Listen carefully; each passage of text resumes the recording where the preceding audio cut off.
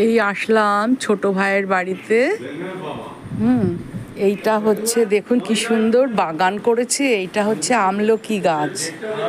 হ্যাঁ, এই যে এটা হচ্ছে আমাদের আগের বাড়ি। আর এইটা হচ্ছে কাঁঠাল গাছ, এই যে ফুল গাছ, এই যে এটা হচ্ছে কামরাঙা গাছ, এটা কামরাঙা গাছ। এই যে তুলসী মঞ্চ, এটা ফুল, এটা কাঠগোলাপ।